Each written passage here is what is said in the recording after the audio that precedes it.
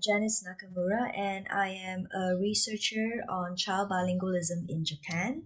And in this short video clip, I'm going to talk about how bilingual families can make the best of the current situation of lockdown and social distancing due to the COVID-19 crisis.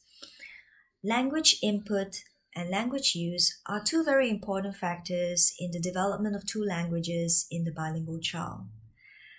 As children get older and get schooled in the dominant societal language, many of them tend to drift away from the minority language, which they only hear in the home and only get to use in the home with their parents.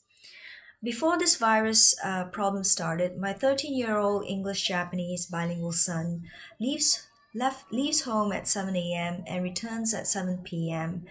From school. And he only gave me a 2-hour window every evening to interact with him in English.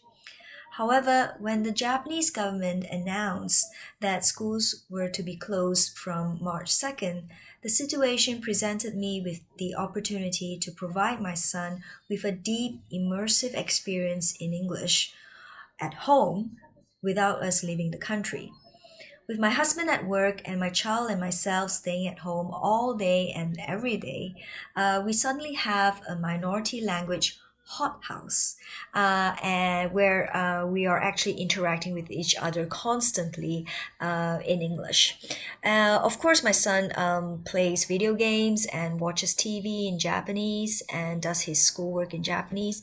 But other than that, we are interacting quite frequently in English about what meals to cook and where to go for our walks and what's happening in the news. And I also teach him reading and writing at home.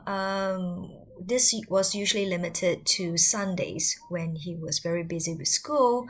But since we're at home all the time, we are doing some reading and writing in English at home on a daily basis. He's not terribly excited about doing reading and writing at home, but he's willing to do it in exchange for video game time. 3 weeks have passed since we have isolated ourselves. Like many parents, I am trying to get some work done at home, but I'm also trying to spend more time with my child.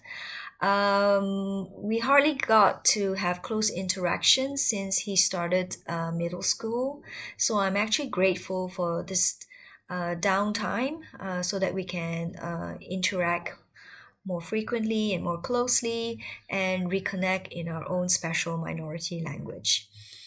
So my son has been speaking English to me every day, and after 3 weeks, surprise, surprise, he's actually communicating more with me in English than he usually does.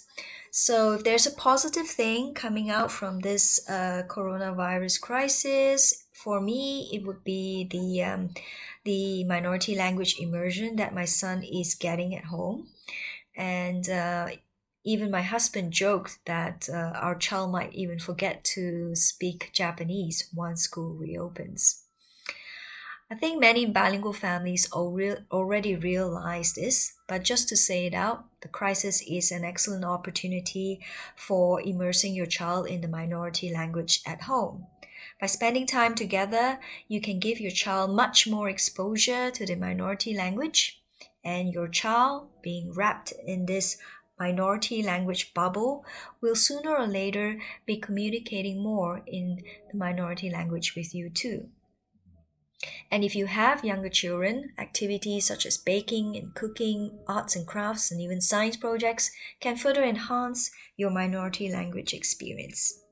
So my message is to enjoy your time with your child at home, talk to them as much as you can in the minority language, and they will probably emerge more bilingual than ever before once this crisis blows over.